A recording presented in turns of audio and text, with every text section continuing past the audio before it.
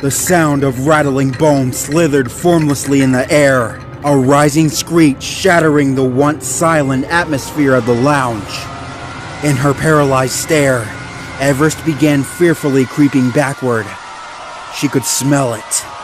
The malice, the sadism, the reeking clouds of blood in the air. She couldn't see it, but she smelled it, heard it. She knew it was there. It was looking at her from where it clung, staring her down with its taunting grin.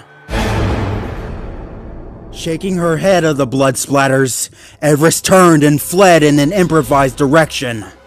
In her trauma, she had stopped thinking, panic clouding all rational thought. She was screaming bloody murder, her body flattened as she dove under tables and fled down hallways. She only stopped once her stamina had completely drained, the husky slowly skidding to a rough halt into the wall.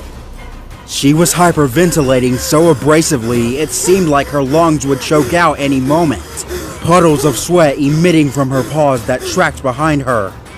Looking behind herself, she checked wearily to see if she had been followed, vision jumping around the empty darkness of the hallway.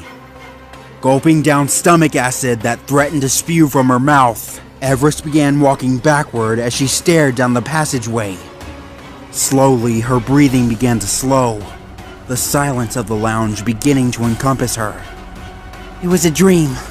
It was just a dream, she whimpered in her mind.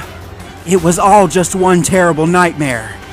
A twisted, drawn-out nightmare she would wake up from any moment. Any moment, she breathed, backing into a wall.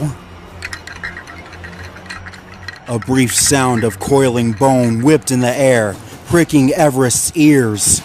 Then a penetrating shock tore into her body, an invisible appendage spearing into her leg with electrifying speed. The husky screamed into the darkness as the skin on her leg ripped aside, thigh muscle bifurcating open with a sickening paper-like tear. Blood splattered on the floor as a triumphant screech echoed through the air. The spearhead was pulled out in an instant, flinging back like a yanked leash. A trail of red splashed through the hallway, a distorted laugh mocking Everest's agony. The husky collapsed into a puddle of red, the excessive screaming mere moments from tearing her vocal cords. She buckled under her crippled limb, sadistic laughter howling over her. Her drive of self-preservation seized her, spiking adrenaline through her veins as she gripped her paws into the floor and began dragging herself away. Gurgled cries and whimpers followed her every move, the bloodied leg trailing a crimson streak behind her. Teeth clenching, claws scratching into the wood, Everest desperately pulled herself across the floor in an attempt to flee. Eyes were staring into her back. Two leering pupils watched in amusement, a wide mouth grinning at the puppy's agony. The final blow never came, and Everest managed to shove open the door and pull herself into an old storage room. An entire path of blood had been painted behind her, thin in width, but shining with an energized glow.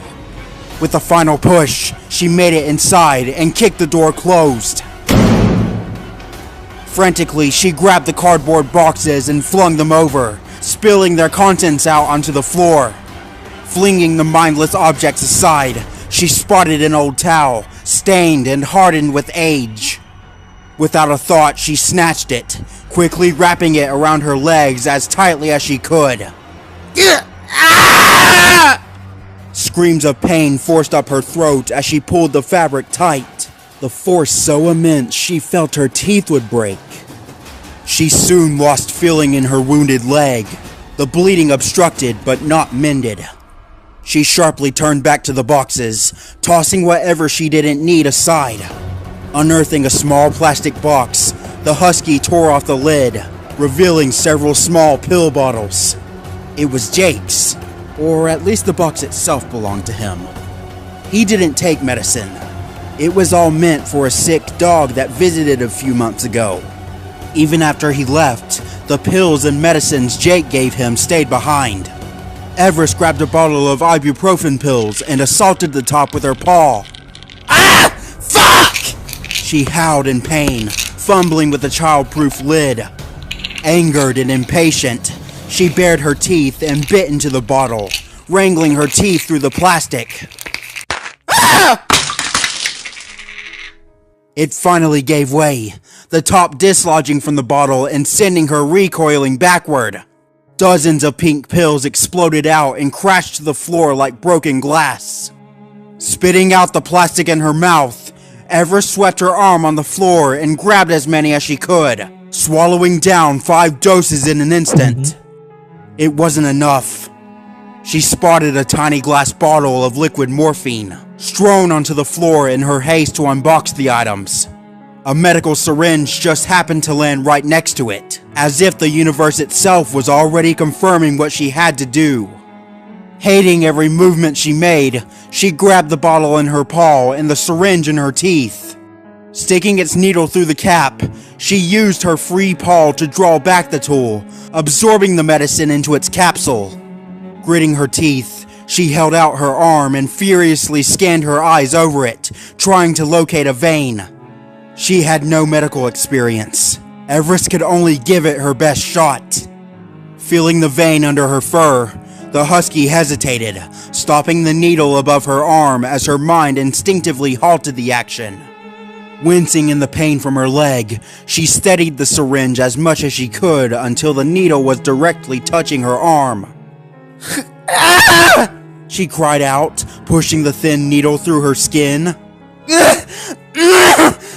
She felt it poke into her vein, piercing through its outer layer as she did her best to keep it from shaking. In a quick motion, she pressed down on the back of the tool, and liquid morphine was forcefully shot into her bloodstream. Immediately tearing out the needle and tossing it aside, Everest felt her head get dizzy, her body numbing over as the pain faded. Gulping the newly formed rock in her throat, the puppy stumbled and fell disoriented onto her rear. Her breathing slowed, her heartbeat calming, and gradually the world stopped spinning. The pain melted away, the medicine working quickly to drape a blanket over her wounds. Jake! She cried out, rocking back and forth while tightly holding herself. Help me! Someone help me! But there was no response, not a single sound to answer her in the dead winter night. She was all alone.